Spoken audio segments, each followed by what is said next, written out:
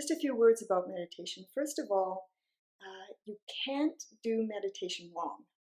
There's not a way to do it wrong. If you're sort of sitting here thinking, oh my gosh, I haven't done this before and I don't know if I can do it right, just put that all aside. It's not something that you can do wrong.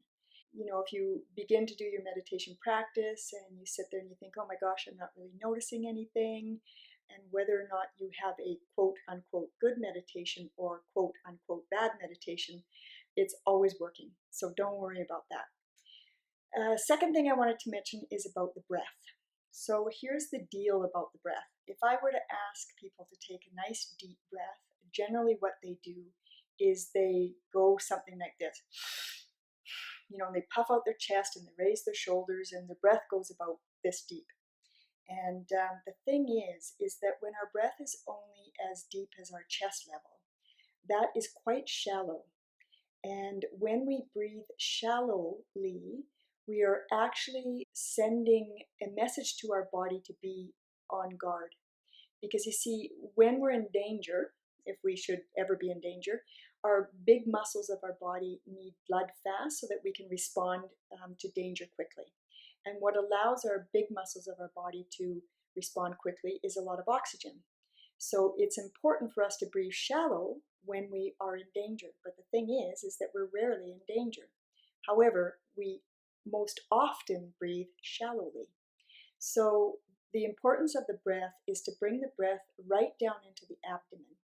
And this will take some practice. So please be patient with yourself, because if you're not used to breathing deep into the abdomen, it will actually be difficult at first. And you're going to, your natural inclination will be to breathe back shallow again. One of the ways that I like to practice that is actually having my hand on my chest and having my hand on my abdomen. And when I breathe in, my hand on my abdomen is going in and out with each breath. My shoulders are not rising and my hand on my chest is not rising. And in that way, I know I'm breathing deeply into my abdomen. And that will take some practice. So please be patient with yourself in allowing that breath to, over time, get deeper and deeper. Next thing I wanted to mention is around thoughts. So a lot of people have a misconception about thoughts and meditation. They think that when they sit down to meditate that they should stop thinking. The problem with that is that the minute you say to yourself, I'm going to stop thinking, your mind will actually get even more busy. So the thing about thought is that a less thought and a relaxed mind is a natural outcome of meditation, but it's not a goal.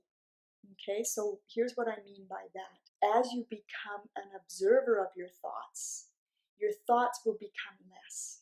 So when you sit down to do a meditation, whatever you do, don't go, okay, well, that's it. I'm just going to not think now and have a really nice, quiet mind and be relaxed. Rather than doing that, become a keen observer of your thoughts.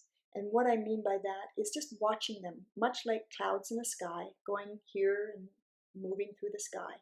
Just watching your thoughts and not sending them any emotion, not sending them, building a big story around them. And by, what you'll notice is that your thoughts will slow down and your mind will actually become quiet. But it's not because you've made it the goal. It's because it's a natural outcome of just becoming an observer of your thoughts and unclutching from them rather than trying to stop them. The next thing I wanted to mention is about the posture during meditation. Certainly be on a comfortable chair with your feet flat on the ground. Best to keep your head, neck, and spine straight, but be comfortable. Don't be rigid or thinking that you have to be too upright.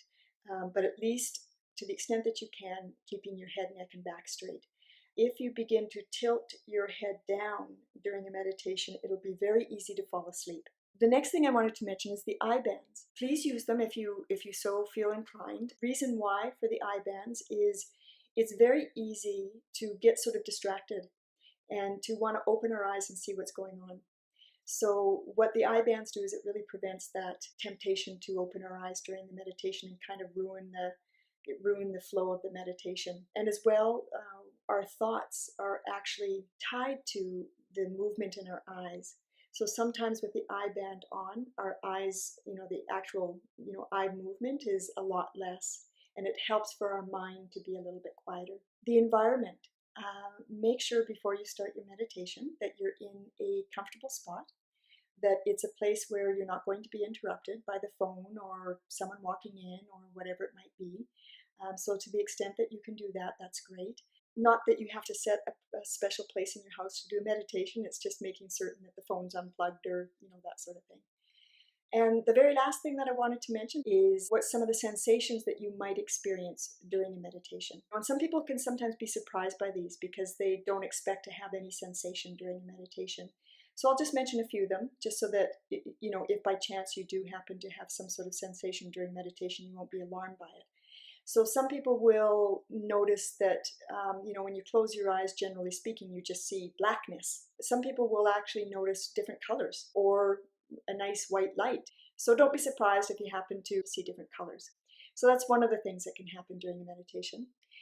The other thing is that you will sometimes feel, kind of like a chill. Maybe your hair is standing on end, sensation on the skin level.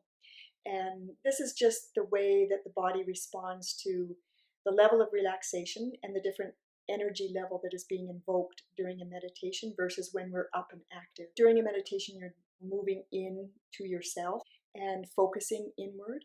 And as a result of that, we get better connected to our bodies and what's going on in our mind.